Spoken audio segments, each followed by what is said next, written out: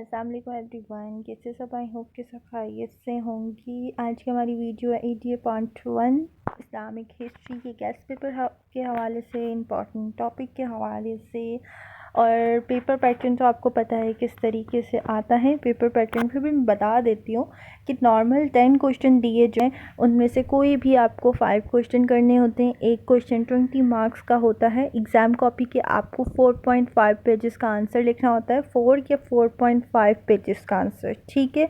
Exam copy आपको पता है कितने क्या साइज़ और क्या लंबाई है। इंचर का आपने पेपर दिया है तो आप वही अपने माइंड में रखें। कॉपी के हमें इस कॉपी के हिसाब से ही लिखना है, ठीक है। 4 या 4.5 पेजेस का होना चाहिए और हेडिंग्स आपकी 12 to 14 हेडिंग्स होनी चाहिए, ठीक है। तो अब हम आते हैं टॉपिक के हवाले से। लेकिन कुछ टॉपिक ऐसे होते हैं जिसके 12 या 14 हेडिंग्स नहीं होती। मैं खाली इस्लामिक हिस्ट्री नहीं बता रही, मैं ऑल जितने भी सब्जेक्ट्स हैं उनका बता रही हूँ कि कुछ टॉपिक ऐसे होते हैं जिनकी हेडिंग्स कम होती हैं, मतलब 6 होती हैं, कभी 7 होती हैं। तो आप के जो उनके पैराग्राफ्स होते हैं, उनकी एक्सप्लेनेशंस होती हैं, वो ज़्यादा होती हैं। तो वो फिर उतना 20 मार्क्स का जो क्वेश्चन हमें चाहिए होता है जिस हिसाब से, तो वो फिर उस हिसाब से पूरा हो जाता है, ठीक है। लेकिन इस्लामिक हिस्ट्री में हेडिंग्स काफ़ी होती हैं, कभी किसी किसी की 22 होती हैं, किसी किसी की जो ज़्यादा भी होती हैं। और लेकिन आपको 12 या 14 ही करनी है, मतलब इतनी ज़्यादा भी नहीं करनी कि आपके माइंड से ही निकल जाए। तो कौन कौन से इम्पॉर्टेंट टॉपिक्स हैं जो कि 10 ईयर्स से मैंने निकाले हैं आप लोग के लिए ख़ास कहने पर, तो आप लोग साथ साथ नोट कर लें, यहाँ पे मार्क करते रहें। अपनी जो बुक है, अगर बुक है तो उसमें मार्क कर लें, या 5 ईयर हैं तो 5 ईयर में मार्क कर लें। ये मैंने 10 ईयर में से ही क्वेश्चंस निकाले हैं, कोई अलग से क्वेश्चन नहीं मैंने बनाए। ये 10 ईयर से ही, अगर आपका 10 ईयर है तो आप ओपन कर लें और साथ साथ उसको मार्क करते रहें, या स्क्रीनशॉट लेना चाहे तो स्क्रीनशॉट भी ले सकते हैं, ठीक है। और ये वीडियो अगर आपको अच्छी लगे तो आप आगे अगर किसी फ्रेंड्स वगैरह को भी शेयर करना चाहें तो मैं आपको परमिशन देती हूँ कि आप भी वो शेयर कर सकते हैं, ऐसी कोई पाबंदी नहीं है। अच्छा है कि किसी ना किसी की हेल्प होती जाएगी मेरी इस वीडियो से, मेरे कुछ बताने से। अच्छा है, सब आपका ही काम है। तो आज की हमारी वीडियो में टॉपिक क्या क्या है मैं आपको बता देती हूँ कि most important topic, first topic है ज़हूर इस्लाम के वक्त अरब की सियासी, मजहबी और माशरती हालात तहरीर करें, ठीक है। सियासी और मजहबी जो हालात हैं ये एक साथ आता है, ठीक है। अगर क्वेश्चन आए ज़हूर इस्लाम के वक्त अरब के सियासी और मजहबी हालात बयान करें, ठीक है, ये एक टॉपिक आता है। और ज़हूर इस्लाम के वक्त अरब के माशरती हालात की अलग से अगर टॉपिक आता है तो ये अलग आता है, ठीक है। कभी माशरती हालात पूछा जाता है और कभी सियासी या मजहबी हालात पूछा जाता है, ठीक है। सेकंड, हिजरत मदीना के असबाब और नताइज बयान करें। हिजरत मदीना नोट में भी आता है और क्वेश्चन में भी आता है। अब्बासियों के ज़वाल के असबाब बयान करें। ग़ज़वा बदर के असबाब और नताइज बयान करें। ग़ज़वा बदर भी नोट में आता है। हज़रत अबू बकर सिद्दीक़ रज़ियल्लाहु अन्हु की मुश्किलात बयान करें और वाज़ेह रहे कि आप सल्लल्लाहु अलैहि वसल्लम ने इन्हें किस तरह हल किया। ये पूरा टॉपिक आपकी बुक में मौजूद है, तो ये आपको वो पूरा टॉपिक याद करना है। अब्दुल मलिक बिन मरवान बनु उमैया का हकीकी बानी था, बहस करें। अब्दुल मलिक बिन मरवान ने ही, ये आपको टॉपिक मिल जाएगा जब आप टॉपिक ओपन करेंगे। अगर आपको ना समझ आए तो आप उससे कांटेक्ट कर लीजिएगा।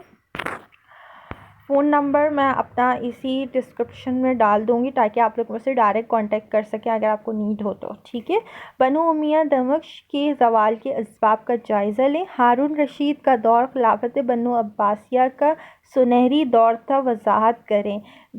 हारून रशीद जो हैं इसका पूरा टॉपिक होगा, स्टार्टिंग में जब स्टार्ट करेंगे तो उसका आपको ये पूरा टॉपिक मिलेगा, ठीक है। ये टॉपिक आपको सेकंड मतलब लास्ट में जाके जो बनु अब्बास का जहाँ से टॉपिक शुरू होता है ना, उसी में हारून के हवाले से बात होगी। जस्ट आप हारून देखिएगा, रशीद अगर नहीं लिखा होता कुछ ही बुक में दूसरा नाम होता है, वरना मैं आपको बताती, मेरे पास अभी मैंने अपनी बुक खोली भी नहीं है, वरना मैं आपको बताती खोल के। तो हारून जस्ट नाम देखिएगा तो वही टॉपिक है पूरा, ठीक है। 9 क्वेश्चन है, हज़रत उस्मान गनी रज़ी ताला अन्हा की शहादत की असबाब और नताइज बयान करें। 10 है, हज़रत अली रज़ी ताला अन्हा के किरदार और कारनामे बयान करें। 11 है, वलीद बिन अब्दुल मुल्क के दौर में सिंध की फ़तह का हाल बयान करें।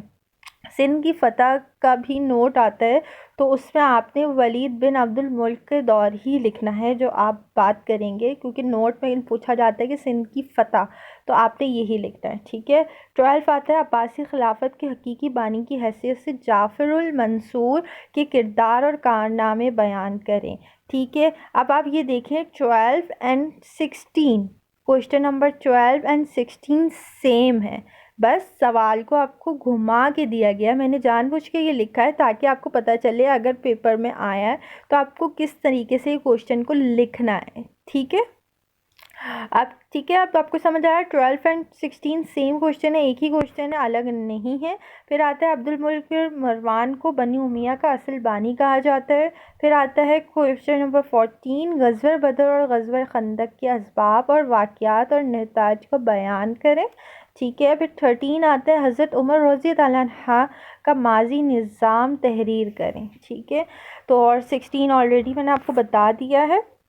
नोट कौन कौन से इंपॉर्टेंट हैं, बगदाद, सुलह हुदैबिया के असबाब और नताइज भी वाक़यात और नताइज भी लाजमी याद कीजिएगा। सुलह हुदैबिया के असबाब, नताइज और वाक़यात, ये टॉपिक लाजमी याद कीजिएगा क्योंकि ये नोट में भी आता है और ये क्वेश्चन 20 मार्क्स में भी आता है, तो प्लीज़ आप लोग ये मेरी बात माइंड में रखिएगा, ठीक है। फिर आता है फ़तह सिंध की फ़तह, मैंने आपको क्या बताया था, क्वेश्चन नंबर 11, वलीद बिन अब्दुल मुल्क के दौर में सिंध की फ़तह का हाल बयान करें। जो आप ये क्वेश्चन याद करेंगे वही, अगर सिंध फ़तह का अगर नोट आता है तो उसमें आप यही लिखें। हज़रत अब्दुल्ला बिन ज़ुबैर के बारे में पूरा लिखना है, शॉर्ट करके आप नोट के हिसाब से याद कर लीजिएगा, ठीक है। और बाकी मैं आप लोगों को इंग्लिश मीडियम में भी साथ साथ बता देती हूँ, ठीक है। साथ साथ मैंने आपको इंग्लिश मीडियम में भी मैंने आपको बता दिया है, आप लोग स्क्रीनशॉट ले सकते हैं। रीड नहीं कर रही मैं, बस आप लोग साथ साथ देखते रहें। स्क्रीनशॉट लेना चाहें स्क्रीनशॉट भी ले सकते हैं। अगर आपको कोई टॉपिक ऐसे नहीं मिल रहा होता तो आप लोग मुझसे डायरेक्ट व्हाट्सएप पे कांटेक्ट कर लिया करें, परेशान मत हुआ करें कि नहीं मिल रहा क्या करें। बस आप डायरेक्ट, मैं अपना नंबर अभी इधर डाल देती हूँ डिस्क्रिप्शन में, तो आप मेरा डायरेक्ट कांटेक्ट करें कि क्या प्रॉब्लम है, जो भी क्वेश्चन नहीं मिल रहा बस आप क्वेश्चन लिखें और मुझे सेंड कर दें बस, ठीक है। बाकी मैं इंशाल्लाह कोशिश करूँगी आपका आंसर सेंड करने में और आप लोग की हेल्प करने के लिए।